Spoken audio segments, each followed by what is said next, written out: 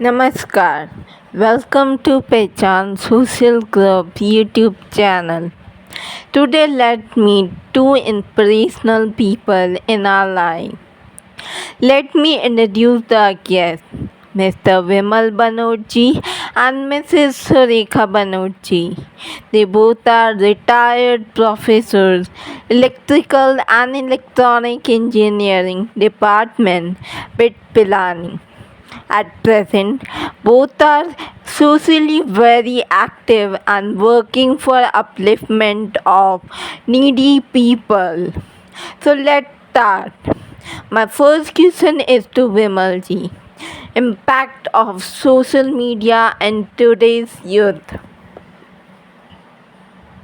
आजकल हमारे पास नंदिनी व्यास जयपुर से आई हुई हैं। वो हमारे जो मित्र हैं उनकी बिटिया है और हमारे साथ ही उसका बहुत ही घनिष्ठ जो है एक बचपन से ही साथ चला आ रहा है।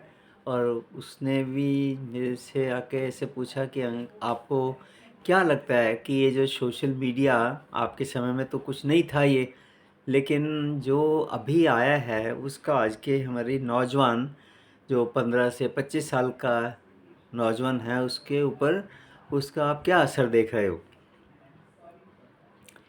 ये सोशल मीडिया और टेक्नोलॉजीज़ जो है ना, ये तो खैर अपने आप में विकसित तो होती चली जाएंगी और आगे से आगे, क्योंकि कभी ऐसा भी समय था कि लोग घोड़ों से ही भाग भाग के एक जगह से दूसरी जगह संदेश दिया करते थे। फिर धीरे धीरे कैसे हमने जो है अपने साइंस ने तरक्की की और फिर हमने वो सब संदेशा टेलीग्राम से या ऐसे और जो साधन विकसित हुए उससे हम देने लग गए।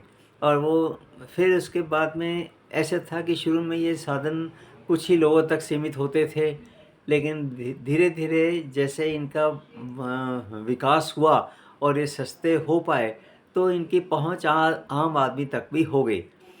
अब जैसे अगर हम देखें हमारे बचपन में एडवर्टाइजमेंट, इश्तिहारबाजी जिसको बोलेंगे ना, एडवर्टाइजमेंट किसी सामान का अभी ना कुछ एडवर्टाइजमेंट नहीं किया जाता था। हमें पता होता था कि हाँ भाई ये कंपनी अच्छा कपड़ा बनाती है, ये यहाँ से अच्छा खाने का सामान मिलता है, यहाँ से अच्छा घर बनाने का सामान मिलता है, इस यहाँ खेतों में केमिकल नहीं डाले जाते, तो यहाँ से हम मतलब जो भी सामान आता है वो अच्छा आएगा। लेकिन धीरे धीरे जब लोगों ने मेहनत अपने अपने गांव छोड़े और वो शहरों में जाके बस गए, फिर उनका अपनी मेहनत करने से उनका एक अपना लिंक टूट गया। फिर शहर में रहते हुए उनको अपना रोजी रोटी कमाने के लिए बहुत ज़्यादा आज के समय में भाग दौड़ करनी पड़ रही है। और जब भाग दौड़ करनी पड़ रही है, रोज़ 10 से 12 घंटे 14 घंटे तक भी उनके हर दिन चले जाते हैं आज के दिन में, किसी भी यंग के या किसी भी मेहनत करने वाले के। तो उसके पास इतना टाइम ये सोचने का भी नहीं होता कि मेरे पास सामान कि मेरे शहर में अच्छा खाने का सामान, अच्छा जो है ना पढ़ाने वाला टीचर और अच्छा डॉक्टर और अच्छा और ऐसा अच्छी मतलब ये सब जो हमें पहले छोटी जगह में रहते हुए पता होता था, वो चीज़ें हमें नहीं पता चलती। तो अब हम क्या करते हैं कि जो हमारे पास टीवी महाराज आ गए हैं, हमारे पास जो सेल फ़ोन महाराज आ गए हैं, उन सब में जो बात बार बार हमारे दिमाग में बोल के बताई जाती है, तो फिर हम उसके पीछे ही भागने को चल पड़ते हैं कि शायद ये अच्छा ही होगा। अब जैसे अगर देखें तो एक होता है फेयर एंड लवली, एक कोई क्रीम होती है, कहते हैं क्यों नहीं, ये क्रीम होती है ना, वो क्रीम किस काम आती है, किस काम आती है वो फेस पर वो लगाने। फेस पर लगाने के लिए, ताकि जो है आदमी काले से गोरा हो सके। अब बताओ कि भाई जो आदमी जैसा है उसको हमने गोरा क्यों करना है, क्यों नहीं? पहले भी तो इतने लाखों सालों से आदमी ऐसे जी रहा है ना उस जगह पर। तो फिर क्योंकि वो बार बार हमें बताया जाता है कि आपकी गाल ठीक नहीं है, आपकी चाल ठीक नहीं है, आपके बाल ठीक नहीं है, आप जिसके पास भी बैठते हो पसीने की स्मेल आती है, ये वाला डेडरेंट यूज़ करो, वो यूज़ करो। तो आदमी सुन सुन के इतना उसका दिमाग ललचा जाता है कि वो लगता है कि शायद ये बात ठीक ही होगी। तो उस सामान की ज़रूरत भी नहीं होती, फिर भी वो उसको खरीदने के लिए उसके दिल में एक विचार आ जाता है कि मैं तो ये सामान जब तक नहीं खरीदूंगा मेरा जीवन नर्क नर्क है। तो ऐसे करके जो टेक्नोलॉजी ने विकास किया, उसने ए, विकास किया लोगों को पास पहुंचने का घर घर, लेकिन साथ में उसने ऐसी भी धारणाएं बना दी कि जो वहाँ पर दिखाया जाएगा वो बात ऐसे लगेगा कि जैसे पूरी तरह से सच है, उसकी हम छानबीन नहीं करते, उसके लिए हम जाके खोज पड़ताल नहीं करते, किताबों में पढ़ के नहीं देखते कि सचमुच ये सामान, ये चीज़ें, ये शिक्षण संस्थान जो हैं ये सचमुच अच्छी क्वालिटी का हमें सब दे रही हैं कि नहीं दे रही। तो सोशल मीडिया जो है ना, ये एक तरह से दो धारी तलवार होता है जिसके दोनों तरफ है। अगर हम इसका अगर समाज में विवेक है, समाज में सहयोग है, तब तो वो हम इसको सही उपयोग करके समाज को और अच्छा आगे बना सकते हैं। ज्ञान को, जो भी दुनिया भर में ज्ञान अर्जित हुआ है वो हमारे घर तक पहुंचा हुआ है, तो हम अपने लाइब्रेरी में भी चीज़ें जाके पढ़ेंगे और सोशल मीडिया पे भी देखेंगे। लेकिन अगर हमने सिर्फ सोशल मीडिया को लेके ही उसको सच मान लिया कि सच वचन महाराज की जो आप बोलते हो वही ठीक है, हमने उसको वेरीफाई करने का कोशिश नहीं किया, सचमुच मान के चल के खरीदने लग पड़े, तो फिर हम मतलब सब लोग मिलके डूब भी सकते हैं। चलिए, मैं तो इतना ही अभी बोलता हूँ। Thank you very much.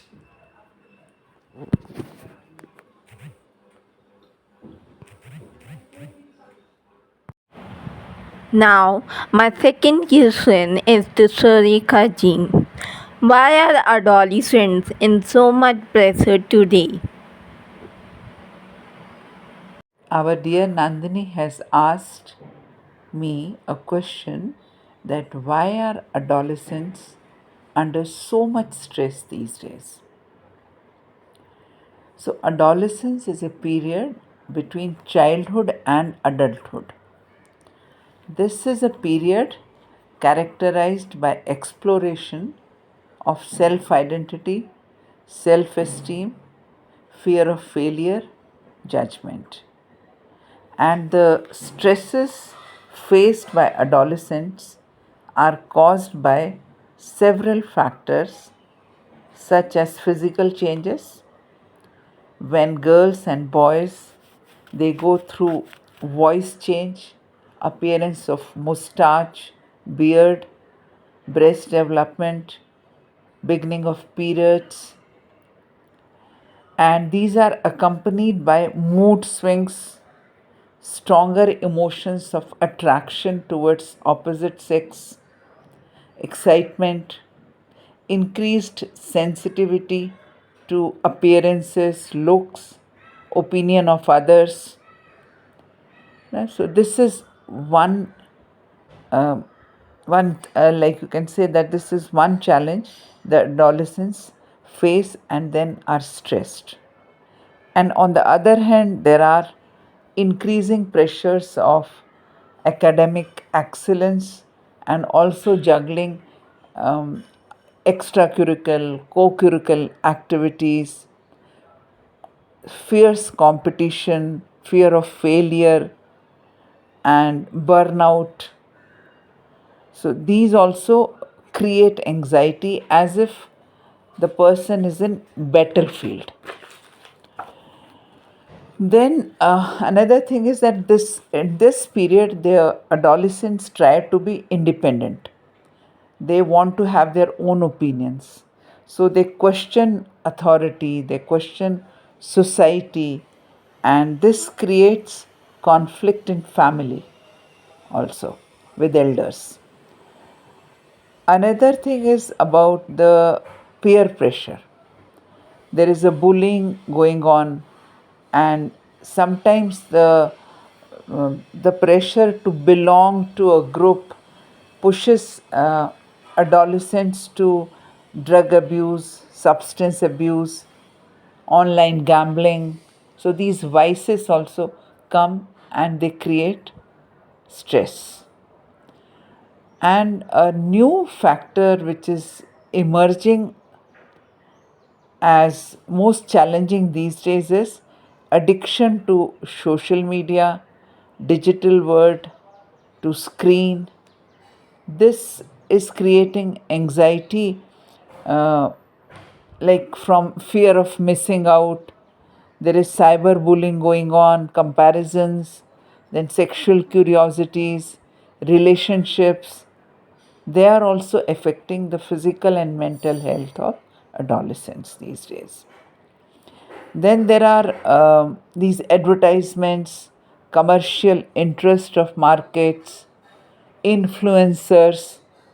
They are pushing adolescents to compulsive shopping, eating junk food, taking addictive drinks, high sugar drinks. So it is necessary that we as society take a call and provide physical, mental, emotional support to the struggling adolescents so that they live a happy, healthy life. Thank Now, my third question is to Vimal ji. How can youth help the society for the overall development of a nation? पहले हमने नंदिनी व्यास के साथ आज के नौजवान के जीवन में सोशल मीडिया का क्या योगदान है, क्या इम्पैक्ट उसके ऊपर पड़ रहा है, उसके ऊपर बातचीत की।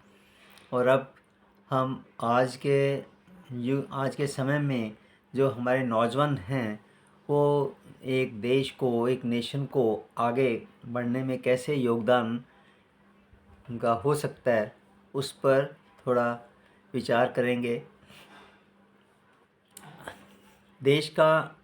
किसी भी देश का जो सबसे कीमती, सबसे प्रेशियस जो ख़जाना होता है वो उस देश के बच्चे और उसके नौजवान ही होते हैं। तो उस देश के बच्चे और बच्चों को जब अच्छे से शिक्षा, भोजन, स्वास्थ्य मिलता है तो उनका शरीर विकसित होकर एक ऐसा दृढ़ जो है, एक निश्चय के साथ आगे बढ़ने की उम्मीद रखता है कि जो हर मुश्किल को सामना करने के लिए तैयार रहता है। और वो सामना वो तभी कर पाता है अगर उसमें जो भी उस समय का ज्ञान उसको मालूम पड़ रहा है, इस धरती के ऊपर है, जो उसको स्कूलों से मिला, जो उसको टीचरों से मिला, जो उसको धर्म ग्रंथों से मिला, जो ज्ञान उसको अपने जो हैं दोस्तों से मिला, जो ज्ञान दुनिया भर में जो हमारा एक सोशल नेटवर्किंग, सोशल मीडिया का बन गया उसके थ्रू मिला, वो सारे ज्ञान को समेट कर वो उन पे थोड़ा विचार करना सीखेगा कि इनमें से कौन सी बात मेरे को और अच्छा, सुंदर, भरोसेमंद, प्यार भरा एक नागरिक बना सकती है, ताकि मैं देश की जो लिए अपने देश के लिए अच्छे से योगदान कर पाऊँ। तो वो जो सोचने का जो उसमें एलिमेंट है जो, और वो सिर्फ सोच में सोचने के साथ सोचना तब आता है जब आदमी सवाल करना सीखता है। जब आदमी ये सोच ले कि जो भी उसको बताया गया है स्कूल में, कॉलेज में, घर में, कहीं भी, तो वो सारी चीज़ के ऊपर उसको कोई भी चिंतन नहीं करना, मनन नहीं करना, उसके बारे में कोई और अध्ययन नहीं करना, तो समझिए कि उसका ज्ञान अधूरा है। और अधूरे ज्ञान को लेकर के कोई भी देश, कोई भी समाज, कोई भी परिवार आगे नहीं बढ़ सकता, क्योंकि वही इंसान, वही परिवार, वही समाज आगे बढ़ सकता है जिसका ज्ञान से प्यार हो।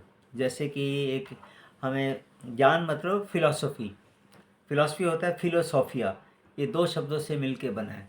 क्यों नहीं?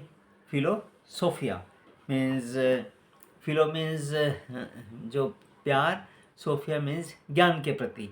तो अगर हमारा ज्ञान के प्रति झुकाव रहा, ज्ञान के प्रति निरंतरता में हम जुटे रहे, तब हम अपने को भी और मजबूत बनाते चले जाते हैं और फिर हमारा समाज भी उससे काफ़ी, हमसे उसको भी आगे ले जाने के लिए हम अपना योगदान कर पाते हैं।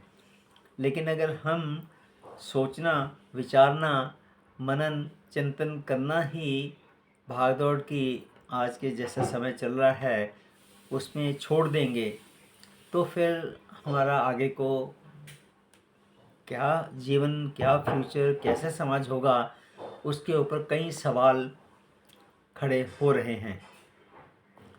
क्योंकि समाज में लोगों में सहयोग होना बहुत ज़रूरी है और सहयोग होने के लिए हर जो नागरिक है समाज का उसको अच्छी शिक्षा मिलना, उसको अच्छे जो है भोजन मिलना, उसको आने वाले समय के प्रति ऐसा विश्वास मिले समाज से कि तुम अच्छी शिक्षा प्राप्त करो, तुम्हारे लिए रोज़गार मिलेगा और जब और आगे चलोगे तो तुम अपना इस समाज को ज्ञान के सहारे और अच्छा, सुंदर और भरोसेमंद बना सकोगे।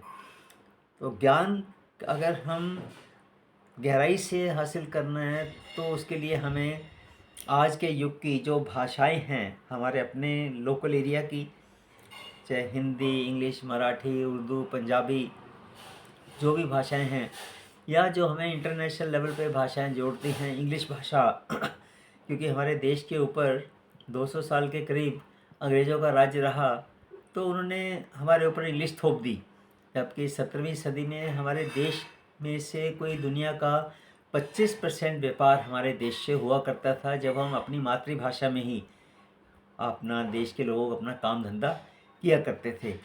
तो जैसे ही जो इतने खुशहाल देश में ऊपर ये अंग्रेज़ लोग आए, यूरोपियंस आए, ब्रिटिश लोग आए, इन्होंने आके इस देश में जो है अपना घुसपैठ करके लोगों को आपस में झगड़ा के अपने पाँव उन्होंने मजबूत किए।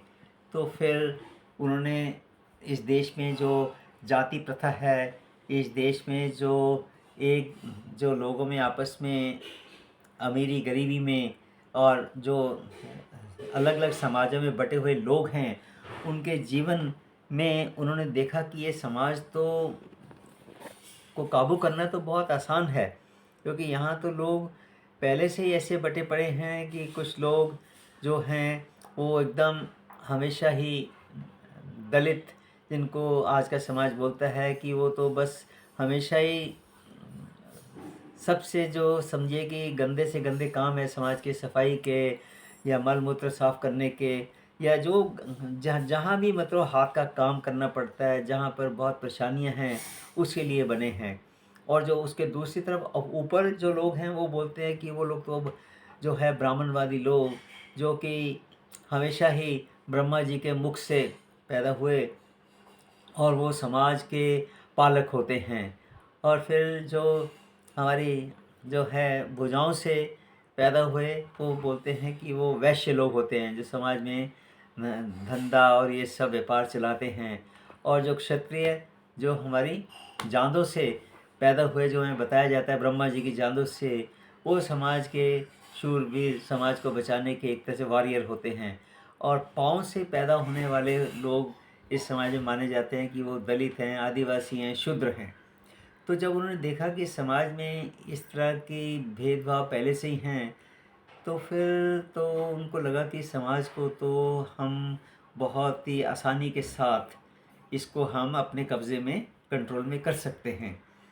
तो उन्होंने वो हर कोशिश की जो इस भेदभाव को और ज़्यादा इसको लोगों में फैलाए, और उसके फैलते हुए आपस में लोगों के झगड़े धर्म के नाम पर, जाति के नाम पर, गलत इतिहास पढ़ा करके उन्होंने इस देश को 200 साल के करीब गुलाम बनाया। और हमारी शिक्षा व्यवस्था को पूरी तरह से, जो हम अगर देखें पंजाब में अंग्रेज़ 1839 में जब महाराजा रंजीत सिंह जी का राज्य ख़त्म हुआ तब उसके बाद में आए 1846, 100 साल के बाद आए। तो वहाँ पर आने के बाद उन्होंने कहते हैं कि राजमोहन गांधी जी की एक बुक है कि औरंगज़ेब से लेकर के अपने पूरे आज़ाद भारत के एंड तक फॉर, कि उन्होंने सबसे पहले आके वहाँ पर महाराजा रंजीत सिंह के समय के बाद जो स्कूल और ज्ञान का इतना अच्छा समाज में एक जो है प्रसार हो गया था, उसको उन्होंने नष्ट किया। क्योंकि ज्ञान अगर इंसान के पास रहता है तब ही उसके दिल में कोई डर घर नहीं कर सकता। लेकिन अगर ज्ञान हमारे पास नहीं होगा तो हम हर छोटे छोटे जो है ना कामों से भी डरे रहते हैं करने के लिए। तो ज्ञान आज के समय में अगर हम देखें, आज के हम आज के हमारे नौजवान को हम कैसा ज्ञान दे रहे हैं, सिर्फ कमाने का। उसको हम ये नहीं साथ में देने में उसको ऐसा हमने एकदम से उसके उसके उसको एक तरह से अंधकार में धकेल दिया है कि भैया बस अपने लिए कमाओ और खाओ और मौज मस्ती करो, इधर उधर बिल्कुल ना देखो। तो जो नौजवान जो है वो सिर्फ अपनी मौज मस्ती में ही डूब जाएगा और वो किसी के बारे में सोचना ही बंद कर देगा। अब जैसे किसी के बारे में सोचना मीन्स कि जब तक आप दूसरे का दुख दर्द मिलके सोचने का, मिलके दूर करने के लिए आपस में मिल बैठते नहीं हो तो हमारी कोई ताकत नहीं बनती है। ऐसे ही जैसे हम जानते हैं कि अगर किसी भी समाज को आगे लेके जाना है तो हमें याद करना पड़ेगा उन महान अपने जो है महानुभावों को, जिन्होंने हर मुश्किल के बावजूद अपने समय में अपना योगदान दिया। जैसे कि हम याद करें अपने सावित्रीबाई फुले को, जिन्होंने 1848 में एक ऐसा स्कूल खोला पूना में जो कि सिर्फ लड़कियों के लिए था। वो भी आप देखिए यार, उनको स्कूल खोलने के समय कितनी मुश्किलें आई, उनके ऊपर गोबर फेंका गया, उनको हर तरह की परेशानियां दी गई। फिर ये उनको प्रेरणा कहाँ से मिली? उनके जो जीवन साथी थे महात्मा ज्योतिराव फुले। और महात्मा ज्योतिराव फुले जो हैं, उन्होंने शादी के बाद जब अपनी पत्नी सावित्रीबाई को पढ़ाना शुरू किया तो पिता ने घर में झगड़ा कर दिया कि बेटा अपनी पत्नी को पढ़ाओगे तो तुम मेरे घर में नहीं रह सकते। तो उन्होंने अपना घर छोड़ा। और कैसे फिर अपना घर छोड़ के आके, एक मुस्लिम भाई थे, उन्होंने अपनी बहन को भी शिक्षित किया, फातिमा शेख, और सावित्रीबाई फुले ने वो एक घर में जो था अपना स्कूल चलाया। और अपना पौने 200 साल पहले ऐसा योगदान दिया जो कि कभी सपने में भी सोचा नहीं जा सकता। तो हर मुश्किल को सहने की हिम्मत तभी आती है जब आदमी अपने निजी स्वार्थ से बाहर निकलता है। और ये निजी स्वार्थ से बाहर निकलने का जो हमारा पूरा जो समझिए पर्यावरण है, जो पूरा हमारा ये हमारा प्राकृतिक जो भी प्रकृति या जो भी हमें ये जीवन मिला है, इसमें बिना सहयोग के कुछ भी हम एक कदम भी, एक पल भी नहीं जी सकते। अगर हम अपने को संभालते, अपने को बचाते हुए अपने तक ही सीमित रह जाएंगे तो हम ख़त्म हो जाएंगे। लेकिन अगर हम अपने को संभालते और अपने को बचाते हुए अपने साथियों के साथ सहयोग करके उस ज्ञान को बांटेंगे तो फिर हमारी ताकत और आगे बढ़ती चली जाएगी। जैसे हम देखें कि ज्ञान जो है एक ऐसी जो है रोशनी होती है कि जब उसका प्रसार होता है तो अंधकार को तो वहाँ से भागना ही होता है। और उस अंधकार को भगाने के लिए हमें सिर्फ अपने को तैयार करना होता है। कहते हैं कि हमारे मन में वो जोत रोशनी की जब जलने लगती है तो हम अपने को भी बचा कर रखते हैं और अपने आसपास के समाज को भी में भी रोशनी फैलाते चले जाते हैं। तो नौजवान के लिए ये समाज को, इस देश को तभी कुछ उसको कर गुजरने की हिम्मत आएगी अगर वो विचारवान होगा, अगर वो सहयोग के लिए आगे आएगा।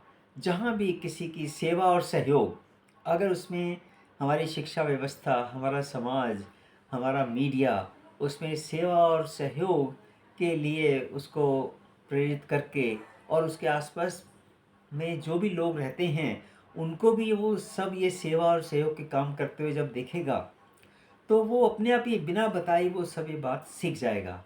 और फिर समाज में उसमें एक ऐसी हिम्मत आएगी कि जो उसको कभी भी मायूस नहीं होने देगी। और ये मायूसी को तोड़ने के लिए हमें अपने आप को लगातार नवीनता, नए विचारों के साथ हर समय ग्रहण करने के लिए हमें तत्पर रहना होगा और वो काम कर गुजरने होंगे जो शायद आज तक कभी किसी ने नहीं किए हों। और उन नए कामों को करने के लिए हमें हिम्मत चाहिए, हमें उसमें हमारी जान भी जा सकती है। क्योंकि आप देखिए कि अगर इतिहास में हम जाएं तो शुरू में धरती में यही माना जाता था कि जो धरती बीच में है और सूर्य उसके चारों तरफ घूमता है। लेकिन जैसे इसके बारे में कुछ हमारे और विचारक लोग आए, उन्होंने छानबीन किया। आज से 400 साल पहले करीब एक ब्रूनो आए, फिर और कोपरनिकस आए और गैलीलियो आए। तो ब्रूनो ने जब ये कहा कि भैया धरती जो है बीच में नहीं है, सूर्य बीच में है, इसके आसपास में धरती घूमती है। तो जब उसने ये बात अपने समय में विचार और अपनी खोज पड़ताल करने के बाद बताई, तो उस समय के जो भी सत्ता में बैठे हुए राजा, पंडित, पुरोहित, मुल्लाधारी लोग थे, वो तो मानते थे कि भाई ये तो क्या बोल रहा है। राजा तो ये कहता है कि सूर्य हमारी धरती के आसपास में घूमता है, लेकिन तुम तो इसके उल्टी बात कर रहे हो। तो उसको 7 साल जेल में डाल दिया गया। और फिर जब वो अपनी बात पे डटा रहा तो और फिर इतने ज़्यादा क्रूरता उसके साथ की गई कि उसको ज़िंदा जला दिया गया। लेकिन आखिर आप सोचिए कि जिस उस ज्ञान के प्रति वो सच्चा रहा, जैसे कि सोक्रेटिस को भी जहर का प्याला पीना पड़ा अपनी जान कुर्बान करके आज से 2,25,000 साल पहले, उसको आज भी हम याद करे हुए हैं। तो ब्रूनो को भी आज से 400 साल पहले जब उसने अपनी इस बात के लिए ये ज्ञान जो उसको सच्चाई जो थी, जो रोशनी उसके पास थी, उसको उसने बुझने नहीं दिया, तो उसने अपनी जान कुर्बान कर दी। लेकिन उसकी रोशनी आज भी हमें नए मार्ग दिखाती हुई आगे बढ़ती आ रही है। तो नौजवान देश का तभी योगदान कर सकता है नेशन के लिए अगर उसमें गलत को गलत कहने की और अपना जो योगदान देने के लिए वो हर समय तैयार रहे, तत्पर रहे। और जब तक वो तत्परता के साथ सहयोग के लिए नहीं जुटता, ज्ञान की प्राप्ति के लिए नहीं जुटता, अपने को बीज रूप में, जैसे मिट्टी में एक बीज अपने को डाल देता है, उसमें जब वो थोड़ा सा उसमें पानी और उसमें जो है सूर्य की गर्मी और ये सब चीज़ें उसको धीरे धीरे मिलती हैं, तो वो धीरे धीरे छोटे पौधे से बढ़ता बढ़ता एक पेड़ बनता है जो सबको छाया देता है, फल देता है, पक्षी आके बैठते हैं। तो ऐसा अगर हम तभी कर पाएंगे अगर हमें हर नौजवान को, जो हर बच्चा है जो नौजवान का रूप लेगा, उसको अच्छे से प्रफुल्लित होने का, बढ़ने का मौका दे समाज। उसको किसी तरह की भी अड़चनें, ना जाति के नाम पे, ना धर्म के नाम पे, ना मर्द औरत के नाम पे उसके अड़चन में, उसके आगे विकास में नहीं आने चाहिए। अगर हमारे जैसे देश में देखें तो आधी तो औरतें ही हैं, चाहे औरतों की संख्या मर्दों से कम है, क्योंकि हमारे समाज में लड़कों को ज़रा ज़्यादा ही सिर पे चढ़ाया जाता है कि लड़के होंगे तो पता नहीं क्या वो इस समाज का कल्याण कर देंगे। तो इसलिए हमने 40-50 में भी 50 लाख के करीब तो लड़कियों को हमने पैदा होने से पहले ही मार दिया गर्भ में ही, साइंस या टेक्नोलॉजी जो आई। तो आप देखिए उस साइंस एंड टेक्नोलॉजी का उपयोग होना चाहिए था कि अगर उस पैदा होने से पहले बच्चे में कोई विकृतियां हैं, उल्टे सीधे उसके कोई अंग हैं, तो उसको निकाला जाए। लेकिन यहाँ तो समाज ऐसा है कि अगर वो लड़की पैदा होने वाली है तो उसको पहले ही मार दो। तो ये देखिए कि अगर ये सारी जो गलत धारणाएं हैं, इसने आज भी हमारे समाज में करीब करीब आधी जो आबादी है हमारी, उसको दबाए रखा है। और एक बार हमारी बिटिया जब है एक पीएचडी कर रही थी, तो हम एक पिरामिल फाउंडेशन में गए।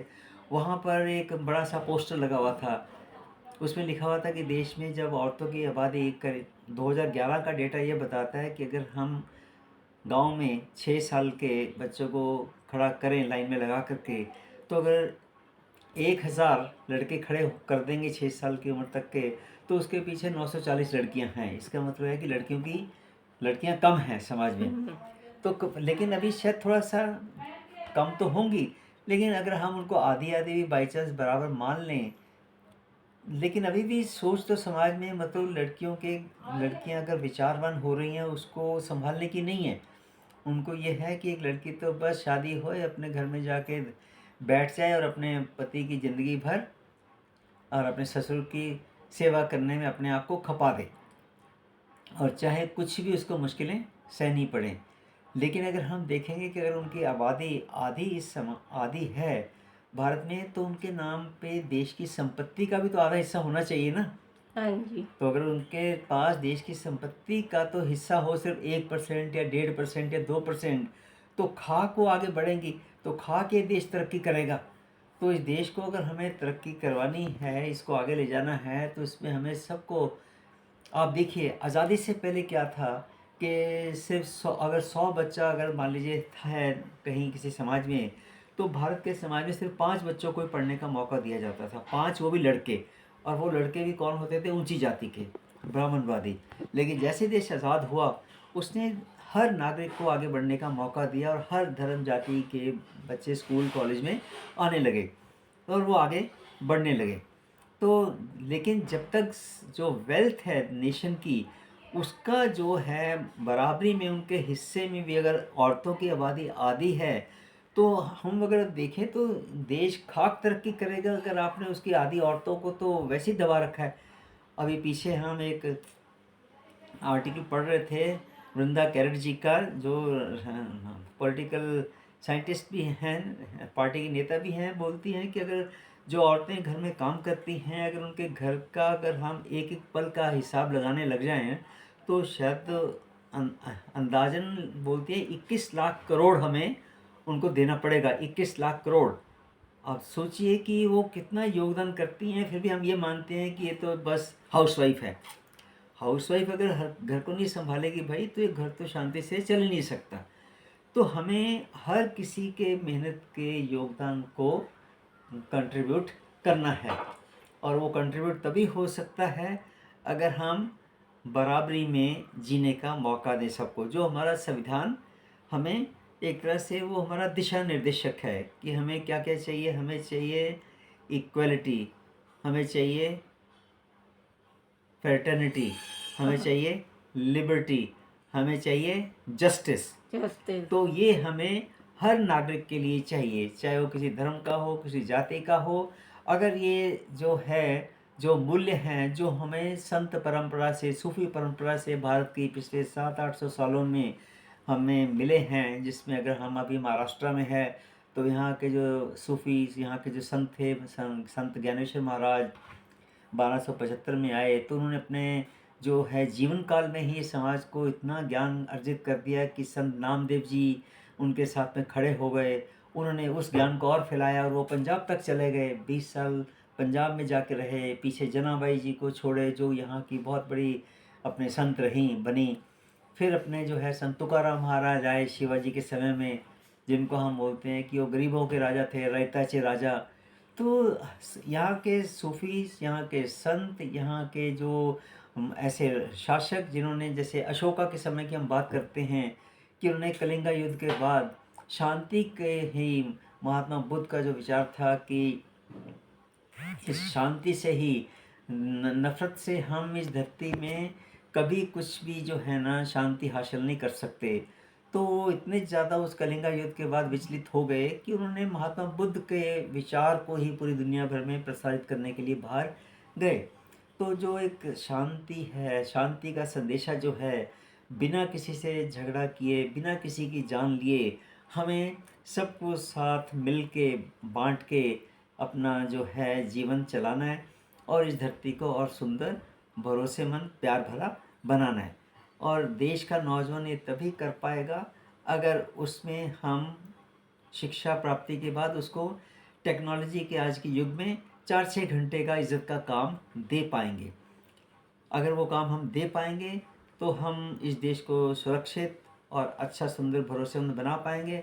अगर हम आज जो हमारे पास 15 से 25 साल या 26 साल के कोई 10 करोड़ नौजवान होंगे, उनको अगले 4-6 साल में कम से कम 4-6 अगले 5 साल में काम चाहिए इज़्ज़त का। तो अगर समाज देने में अगर चूक जाएगा, तो हमारा बाहर समाज में निकलना, सड़कों पे अंधेरे के समय चलना बंद हो जाएगा, मुश्किल में होगा। तो सबसे ज़रूरी है कि शिक्षा को संभालना छोटे बच्चों की, फिर उसके बाद में रोज़गार जो है प्राप्त देना नौजवान को, फिर जो लोग भी मेहनत करके समाज को खड़ा किए हैं उनको बुढ़ापा में पेंशन दे पाना, और सबका इलाज हो पाना बिना किसी भेदभाव के, और सबको बराबरी में आगे बढ़ने का मौका दे पाना। तो ये थोड़ी से जो हम विचार हमें पिछले सदियों से जो हमारे संत परंपरा में, भारत के जनमानस में विकसित हुए हैं, चाहे वो कबीर थे, रहीम थे, तुकाराम जी महाराज थे, तो उनके विचारों का समावेश लेकर के ही हम इस समाज को सुंदर बना सकते हैं। जैसे हमारे पंजाब के थे गुरु नानक देव महाराज जी। गुरु नानक देव जी तो अपने जीवन में 80,000 किलोमीटर तक पैदल चल पाए। मक्का मदीना तक, बार्सिलोना तक, श्रीलंका तक, असम तक, कहाँ कहाँ तक पैदल चले। 25 साल, और 25 साल की उम्र के करीब उन्होंने चलना शुरू किया था, और फिर उसके बाद में वो जाके अपने एक जगह खेती करने लगे। लेकिन उनका संदेश आज भी इतना प्रेरित है, जो कि जब भी हर साल उनका हम याद करते हैं उनके जन्म दिवस पे, तो 3 बातें याद करते हैं कि भाई नंबर 1 मेहनत करना, उसको बोलते हैं पंजाबी में किरत करना, मेहनत करना। दूसरा नाम जपना, कि जिस भी आप ईश्वर को, भगवान को आप मानते हो, उसको सिर्फ उसके नाम से मत उसको रटो तोते की तरह, नाम राम राम राम राम राम, अल्लाह अल्लाह अल्लाह अल्लाह, साई कृष्ण कृष्ण। उस भगवान के जो भी गुण आपको प्रेरित करते हैं, उनके गुणों का विकास भी तो आपके जीवन में होना चाहिए। तो पहली बात है मेहनत, किरत कर, मेहनत कर। दूसरा क्या हुआ? नाम जप। तीसरा है कि जो आपने मेहनत करके कमाया, उसमें से पहले कुछ हिस्सा बांटने का समाज में जिनके पास नहीं है, और फिर अपने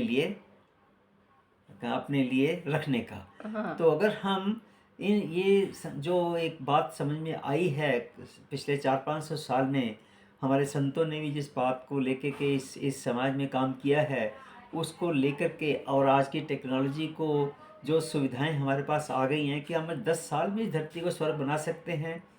अगर हम एक ऐसी जन चेतना खड़ी कर दें जिसमें कि लोग अपने नेताओं के ऊपर दबाव डालें कि भाई बम कहीं नहीं गिराना, हमें हर जगह ज्ञान का प्रसार करना है, और उस पूरी धरती हमारी है। हम इंसान एक ही हैं, हमारे पूरे इंसानों के 800 करोड़ इंसान हैं धरती पे, उनके ब्लड ग्रुप एक ही हैं, AB या O, इसमें प्लस माइनस। तो जब हम सबका ब्लड ग्रुप एक है, चाहे आप किसी भी कॉन्टिनेंट के हो, काले हो, गोरे हो, मर्द हो, कुछ भी हो, तो हम फिर उस एकता को, कहते ना, उस एक रोशनी से जिससे हम सब पैदा हुए हैं, उसको संभालते हुए हम सब में एक ही रूप देखें।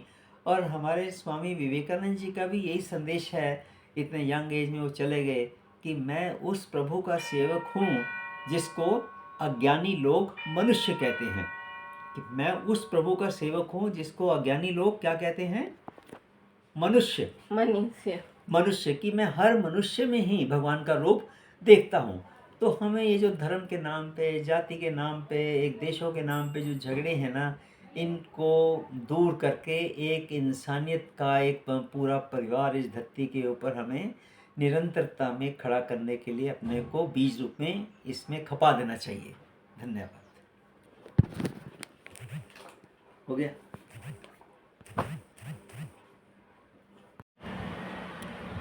Now, my last but not the least question is to Sarika ji. What is your message for today's youth? He is asking, what is your message for youth?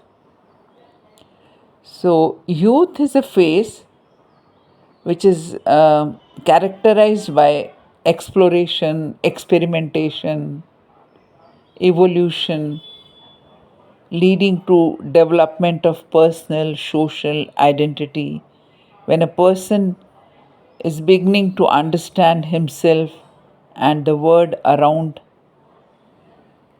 himself or herself, my message for youth is simple. First of all, accept that life is incredibly challenging. It is unpredictable, it's uncertain, ambiguous, complex. So, feeling overwhelmed, disappointed is completely natural and valid.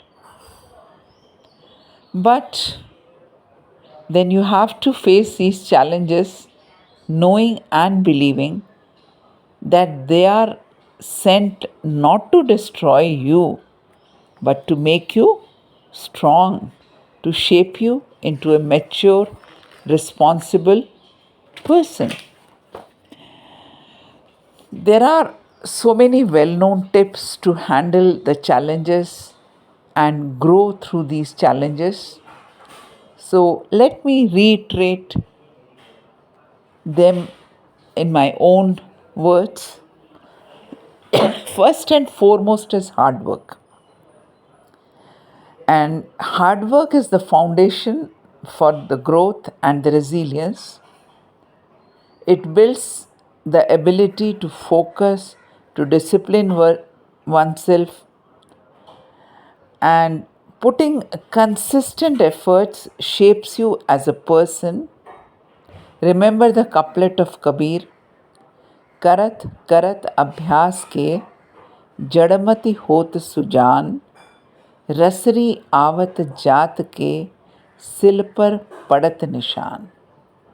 So hard work always pays. You have to keep putting efforts. The other thing is time management.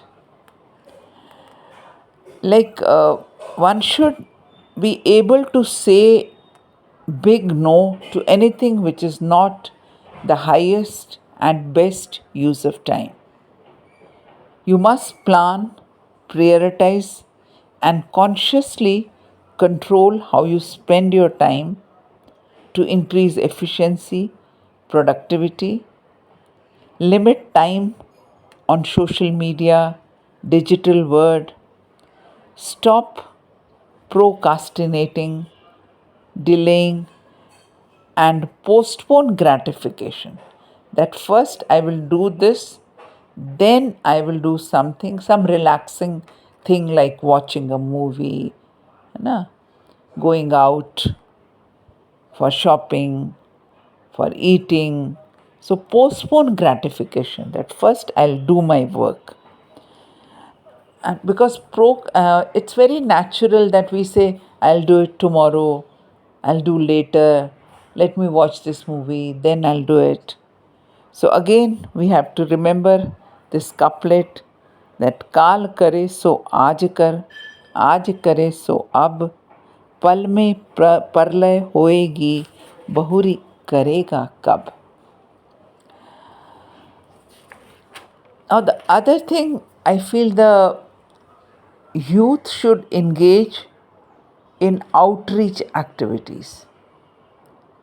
Youth should extend, share the knowledge that they have, give service, assistance to underprivileged, unprivileged people around us, visit their places of stay, work, understand their problems, listen to their stories, plights, challenges. This will develop empathy in you, and you will understand the ground realities rather than knowing them through reports, spreadsheets. Wherever you are, try to connect with civil societies group, with NGOs who are focusing on environmental protection, education, sustainable living, gender issues, urban planning, rural development. So, this will give you purpose in life.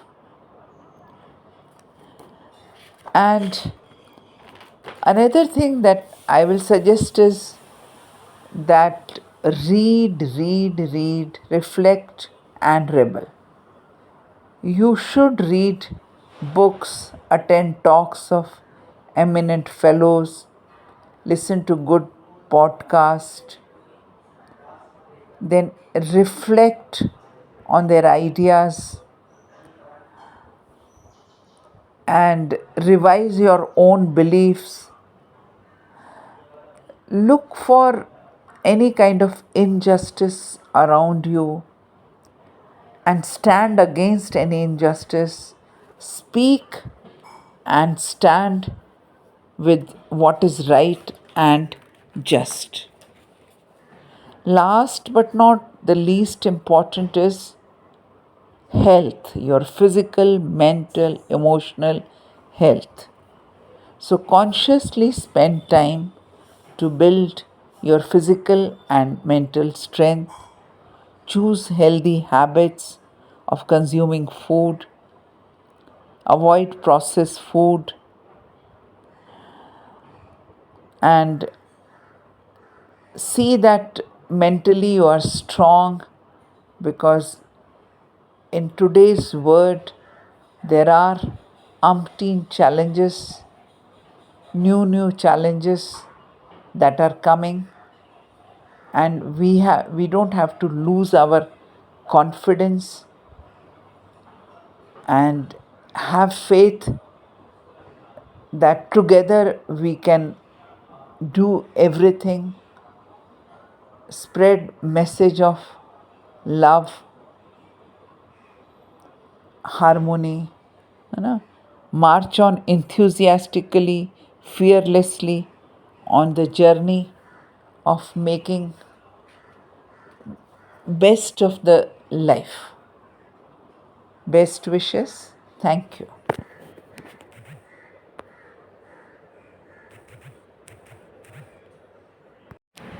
Thank you so much for taking out your precious time for this wonderful session with Pechan Social Club.